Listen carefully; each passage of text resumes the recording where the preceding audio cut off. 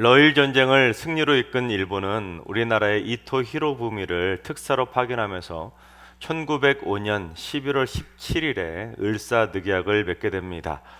고종 황제는 극구 반대했지만 을사오족이라고 하는 이완용을 비롯한 5명의 대신에 찬성을 받으면서 을사늑약을 맺게 됩니다.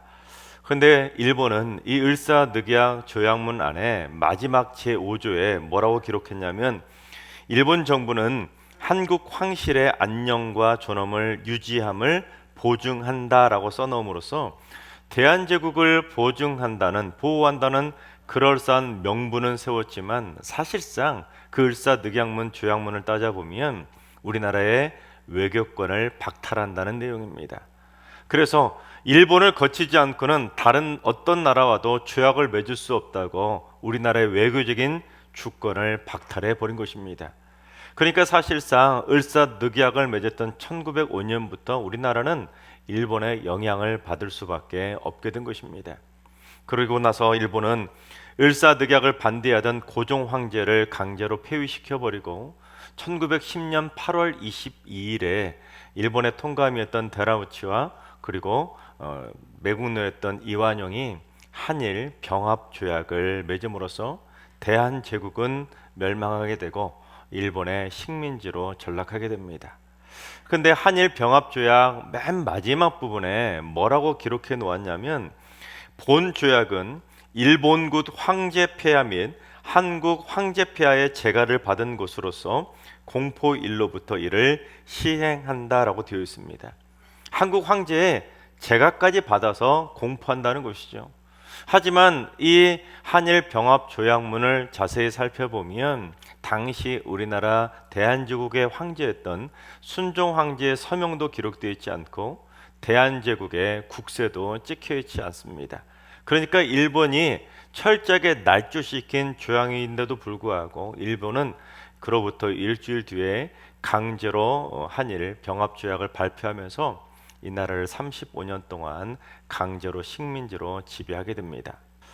역사를 잊은 민족에게 미래는 없다는 말도 있는데, 여러분, 우리가 하다못해 1년에 3.1절이나 현충일이나 6.25나 광복절 같은 날이라도 그때만이라도 한 번씩 이 나라의 역사를 찾아보고 역사를 기억해 간다면 우리나라의 미래는 밝아지지 않겠습니까? 우리가 자꾸만 역사를 과거로 치부하고 잊어간다면 결국 이 나라의 미래도 없는 것입니다. 그런데 오늘 말씀은 역사를 잊은 민족에게만 미래가 없는 것이 아니라 여호와를 잊은 민족에게도 미래가 없다는 것을 교훈해 주고 있습니다.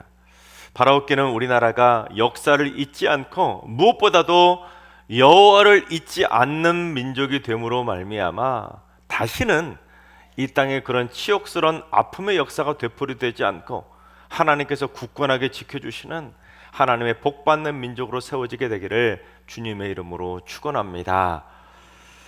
그런데 모세는 오늘 본문에서 우리가 여호와를 잊어버릴 수밖에 없는 몇 가지 상황을 제시했는데, 그러면서 우리가 절대로 그런 상황에 놓이더라도 여호와를 잊어서는 안 된다고 신신당부하고 있습니다.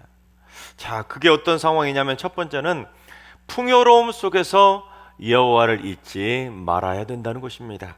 오늘 보면 12절부터 14절 상반절까지 봉독해 봅니다. 내가 먹어서 배부르고 아름다운 집을 짓고 거주하게 되며 또 내 소와 양이 번성하며 내 은금이 증식되며 내 소유가 다 풍부하게 될 때에 내 마음이 교만하여 내 하나님 여호와를 잊어버릴까 염려하노라.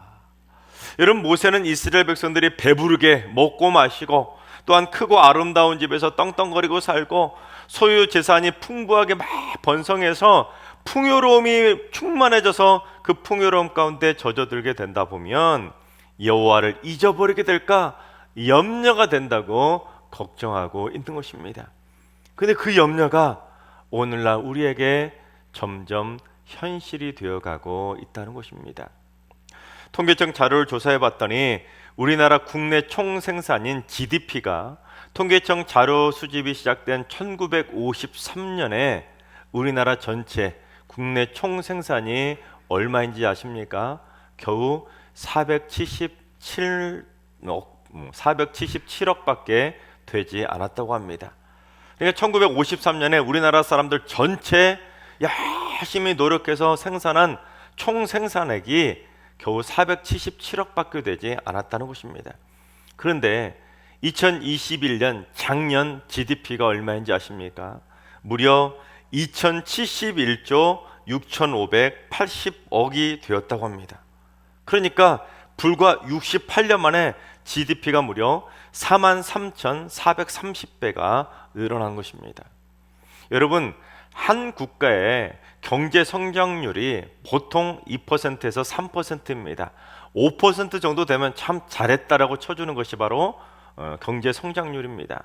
그런데 68년 동안 1년마다 10%씩 성장해도 정말로 대단했을 텐데 10배씩 성장해도 680배이고 100배씩 성장해도 68년 동안 6,800배로 성장할 수밖에 없는데 68년 동안 몇 배 성장했다고요? 무려 43,430배가 성장했다는 것입니다. 대단한 기적 아니겠습니까? 우리 국내 총생산이 68년 만에 4만 배가 넘도록 성장했다는 것은 기적입니다, 여러분. 그런데 문제는 대한민국의 그 풍요로움이 증가하면 할수록 하나님을 믿는 믿음의 백성들의 숫자가 점점 줄어들고 있다는 것입니다. 실제로 한국 갤럽에서 1984년부터 한국인들의 종교를 쭉 지금까지 계속 조사하고 있는데 작년에 교회를 다니는 개신교인의 비율이 17%밖에 되지 않았다고 합니다. 이는 1984년에 조사를 시작한 이래로 작년에 가장 적은 수치로 곤두박질치게 되었다는 것입니다. 2004년에 24%였는데 2014년에 22%로 떨어지더니 작년에 17%까지 추락했다는 것입니다. 그러니까 대한민국의 풍요로움이 늘어나면 늘어날수록 여호와를 점점 잊어가면서 기독교인도 점점 줄어들고 있다는 것입니다. 즉 너무 우리가 풍요롭게 살다 보니까 하나님을 찾고자 하는 신에 대한 갈급함마저도 점점 사라져가고 있다는 것입니다. 웬만한 문제들은 돈이면 즉시 다 해결되니까 돈이 많으면 대학도 쉽게 들어가고 돈이 많으면 취직도 잘 되고 돈이 많으면 권력도 살 수 있고 돈만 많으면 웬만한 병도 다 고치는 세상이 되어버리다 보니까 한국 사람들이 점점 하나님을 찾지 않게 됐다는 것입니다. 하나님이 필요가 없게 되는 거예요. 두 번째, 고난 속에서도 여호와를 잊지 말라는 것입니다. 14절 하반절부터 16절까지 봉독해 보겠습니다. 여호와는 너를 애굽 땅 종 되었던 집에서 이끌어내시고 너를 인도하여 그 광대하고 위험한 광야 곧 불뱀과 전갈이 있고 물이 없는 간조한 땅을 지나게 하셨으며 또 너를 위하여 단단한 반석에서 물을 내셨으며 내 조상들도 알지 못하던 만나를 광야에서 내게 먹이셨나니 이는 다 너를 낮추시며 너를 시험하사 마침내 내게 복을 주려 하심이었느니라. 아멘. 애굽에서 종살이하던 이스라엘 백성들을 구원해 주신 하나님께서는 이스라엘 백성들을 광야라는 곳으로 이끄셨습니다. 그런데 광야는 살기 좋은 축복의 땅이 아닙니다. 도대체 어디로 가야 될지 모를 정도로 방황할 수밖에 없는 광대한 곳이 바로 광야이고 먹을 것은 고사하고 물조차 없는 곳이 광야이고 또한 불뱀과 전갈이 우글거리는 매우 위험한 곳이 광야입니다. 그러다 보니 다음 날에 눈을 뜰 수 있는 것만도 감사한 곳, 그곳이 바로 광야이기에 인간이 도저히 살 수 없는 척박한 땅이 바로 광야라는 것이죠. 그러니 그런 광야에서 이스라엘 백성들이 40년 동안 얼마나 고생하며 얼마나 많은 고난을 당했겠습니까? 그런데 이스라엘 백성들은 그 고난의 광야 속에서 간절히 하나님을 찾은 것이 아니라 오히려 툭하면 불평하고 원망하면서 하나님을 잊어버렸습니다. 그렇습니다. 인간은 너무 풍요로워도 하나님을 잊어버리고 너무 가난해서 고난을 겪게 되면 또다시 여호와를 잊어버린다는 것입니다. 하지만 하나님께서 그들을 광야로 인도하신 이유는 그들을 낮추시고 시험하사 마침내 뭐를 주시려고요? 복을 주시려고 하셨다는 것입니다. 즉 여호와께서는 이스라엘이 망하기를 원하시는 분이 아니라 이스라엘이 복받아서 잘 되기를 원하시는 분이라는 겁니다. 그러니까 광야의 고난이라는 것은 저주가 아니라 결국에는 나중에 복을 받기 위한 축복의 마중물이 되기 때문에 우리는 고난의 광야에서도 절대로 여호와를 잊지 않아야 마침내 복을 받을 수 있다는 것입니다. 세 번째, 성공과 실패 속에서도 여호와를 잊지 말라는 것입니다. 우리 17절과 18절을 봉독합니다. 그러나 내가 마음에 이르기를 내 능력과 내 손의 힘으로 내가 이 재물을 얻었다 말할 것이라. 내 하나님 여호와를 기억하라. 그가 내게 재물 얻을 능력을 주셨습니다. 이같이 하심은 내 조상들에게 맹세하신 언약을 오늘과 같이 이루려 하심이니라. 그렇습니다. 인간은 재물을 얻고 뭔가 능력을 얻고 뭔가 성공하게 되면 하나님을 잊어버리고 내 힘과 내 능력을 가지고 성공했다고 착각합니다. 하지만 그건 내 힘도 아니고 내 능력도 아니고 하나님께서 내게 재물 얻을 능력을 주셨기 때문에, 하나님께서 내게 힘을 주셨기 때문에 내가 성공할 수 있게 되었다는 것입니다. 여러분, 이스라엘 백성들이 요단강을 마른 땅으로 건너면서 요단강 도하에 성공하게 되고, 이스라엘 백성들이 요단강을 건너서 만난 첫 번째 성이었던 여리고성이 철옹성과 같은 전혀 무너지지 않을 것 같은 성이었음에도 불구하고 이스라엘 백성들이 손에 피 한 방울 묻히지 않고 여리고성과의 첫 번째 전쟁을 승리하게 되자 이스라엘 백성들은 곧바로 하나님을 잊어버렸습니다. 그래서 두 번째 성인 아이성 전투에서는 하나님을 의지한 것이 아니라 자기들의 힘과 자기들의 능력을 의지하게 됩니다. 정탐꾼들이 저 아이성은 너무 작은 성이라 2, 3천 명만 데리고 가다 우리가 충분히 이길 수 있다, 그렇게 보고를 하자 여호수아마저도 그 말을 듣고는 고작 2, 3천 명만 보냈다가 결국 아이성과의 첫 번째 전투에서 패하고 도망칠 수밖에 없었습니다. 전쟁이라는 것은 하나님께서 이길 수 있도록 힘과 능력을 주셔야지만 겨우 이길 수 있는데, 이스라엘 백성들과 여호수아마저도 자신들의 힘과 능력으로 이길 수 있다고 착각했다가 결국 이스라엘 백성들은 그 전쟁에서 패하며 실패할 수밖에 없었던 것입니다. 근데 여러분, 우리가 여호와를 잊어버려서 전쟁에서 패하게 된다면 여러분 어떻게 해야 되겠습니까? 잊어버렸던 여호와 하나님을 다시 찾고 하나님을 의지해야 되는 거 아니겠습니까? 그런데 이스라엘 백성들은 그 실패 속에서 또다시 여호와를 잊어버리고 하나님을 원망하게 됩니다. 그것도 이번에는 이스라엘 백성들이 아니라 여호수아가 하나님을 원망하는 걸 보게 됩니다. 우리 여호수아 7장 7절을 봉독해 봅니다. 이르되 슬프도소이다. 주 여호와여, 어찌하여 이 백성을 인도하여 요단을 건너게 하시고 우리를 아모리 사람의 손에 넘겨 멸망시키려 하셨나이까? 우리가 요단 저쪽을 만족하게 여겨 거주하였다면 좋을 뻔하였나이다. 우리가 요단강을 건너지 않고 차라리 요단강 건너편에서 살았으면 좋았을 텐데 왜 우리를 요단강을 건너게 해주셔서 왜 우리가 아모리 사람의 손에 멸망하게 만드셨냐고 하나님께 따지면서 원망을 한 것입니다. 근데 그게 누가 원망했다는 겁니까? 이스라엘 백성들이 아니라 그들의 지도자였던 여호수아가 그랬다는 것입니다. 여러분, 이것이 무엇을 말하겠습니까? 하나님, 저는 절대로 하나님 원망하지 않을 겁니다, 아니라는 거예요.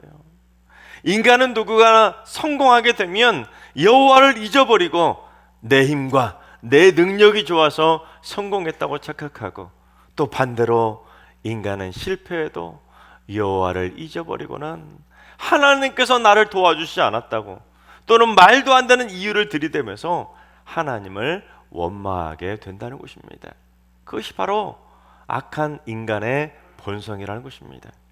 지금까지 여호와를 잊어버리게 되는 몇 가지 경우들을 살펴봤는데, 바라옵기는 우리 모두 다 풍요로움과 또한 고난 속에서도 여호와를 절대로 잊지 마시고, 또한 성공과 실패 속에서도 여호와를 절대로 잊지 마시고 여호와 하나님을 똑똑히 기억하며 살아가게 되시기를 주님의 이름으로 축원합니다.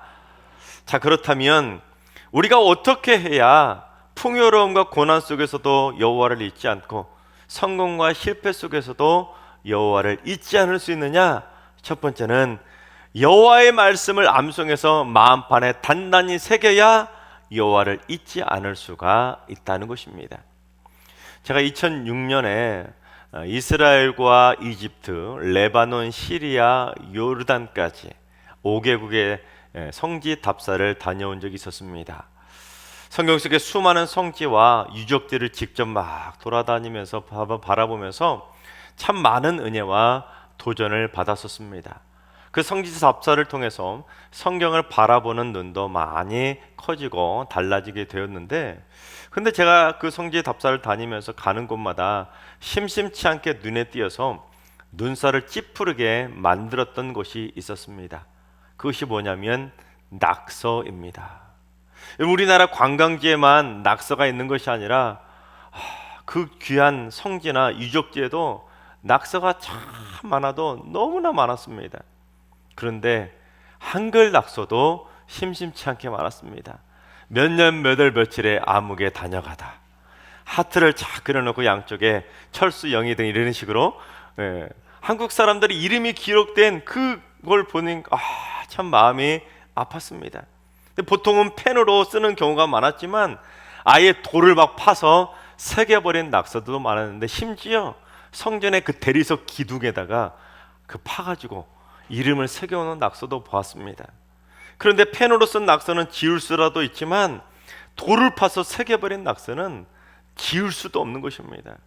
근데 여러분, 하물며 하다못해 낙서도 새겨버리면 지울 수가 없는 것처럼 여호와의 말씀을 암송해서 우리의 마음판에 단단히 새겨버리면 절대로 지워지지 않는다는 것입니다. 그처럼 하나님의 말씀을 암송해서 우리의 마음판에 새겨버리면 여러분, 우리는 절대로 여호와를 잊을 수가 없게 된다는 것입니다. 두 번째, 주야로 말씀을 묵상하며 하나님을 찾고 찾아야 여호와를 잊지 않을 수가 있다는 것입니다. 시편 1편 2절 말씀을 봉독합니다. 오직 여호와의 율법을 즐거워하여 그의 율법을 주야로 묵상하는도다.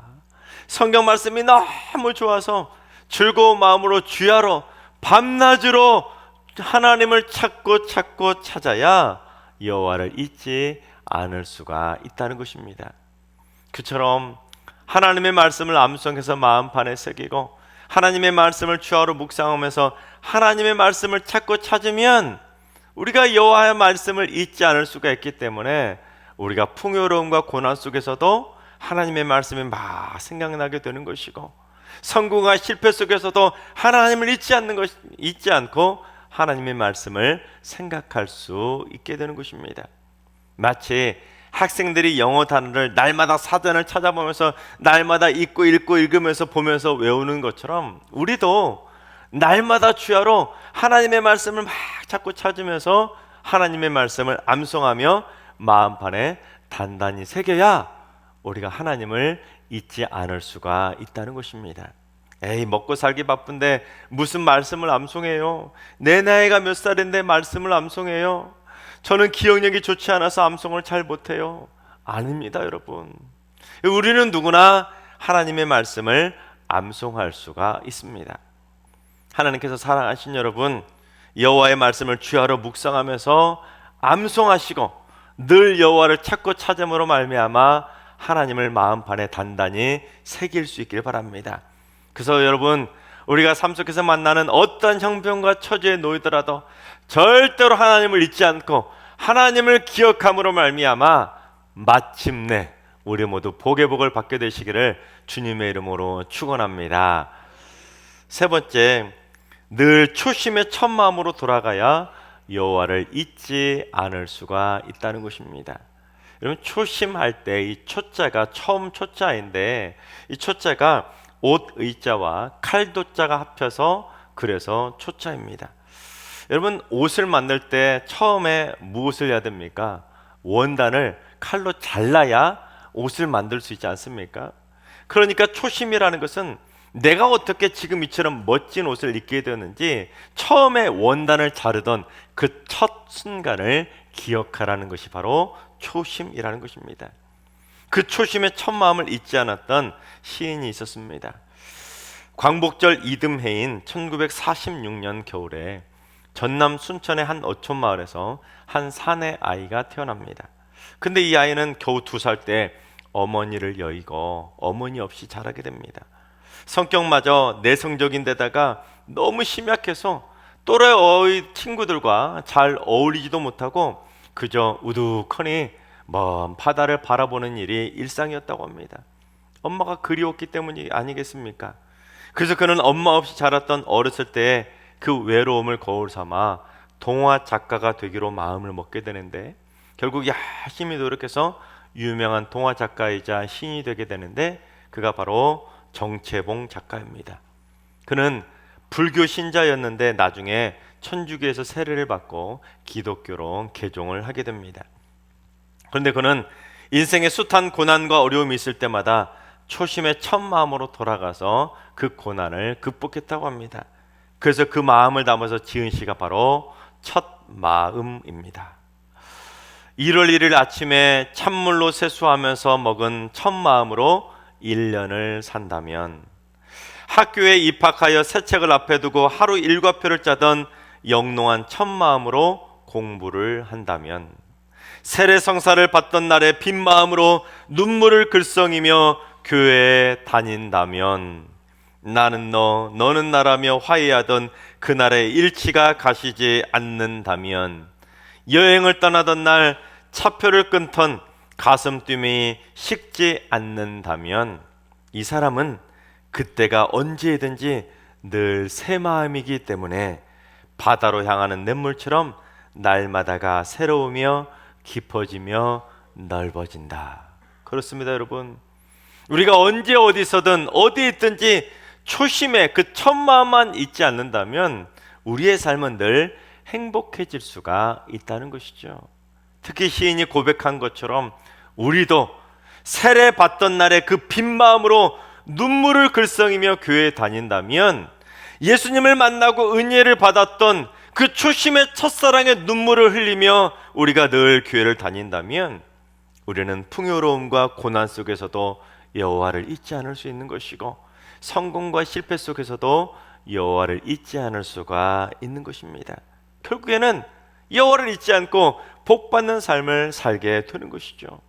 그리고 그처럼 예수님을 만났던 초심의 첫 마음을 잊지 않고 살아가게 된다면 여호와 하나님의 은혜가 날마다 새로워지는 것이고, 말씀의 깊이는 점점 더 깊어지는 것이고, 믿음의 지경은 날마다 점점 더 넓어지게 될 줄로 믿습니다.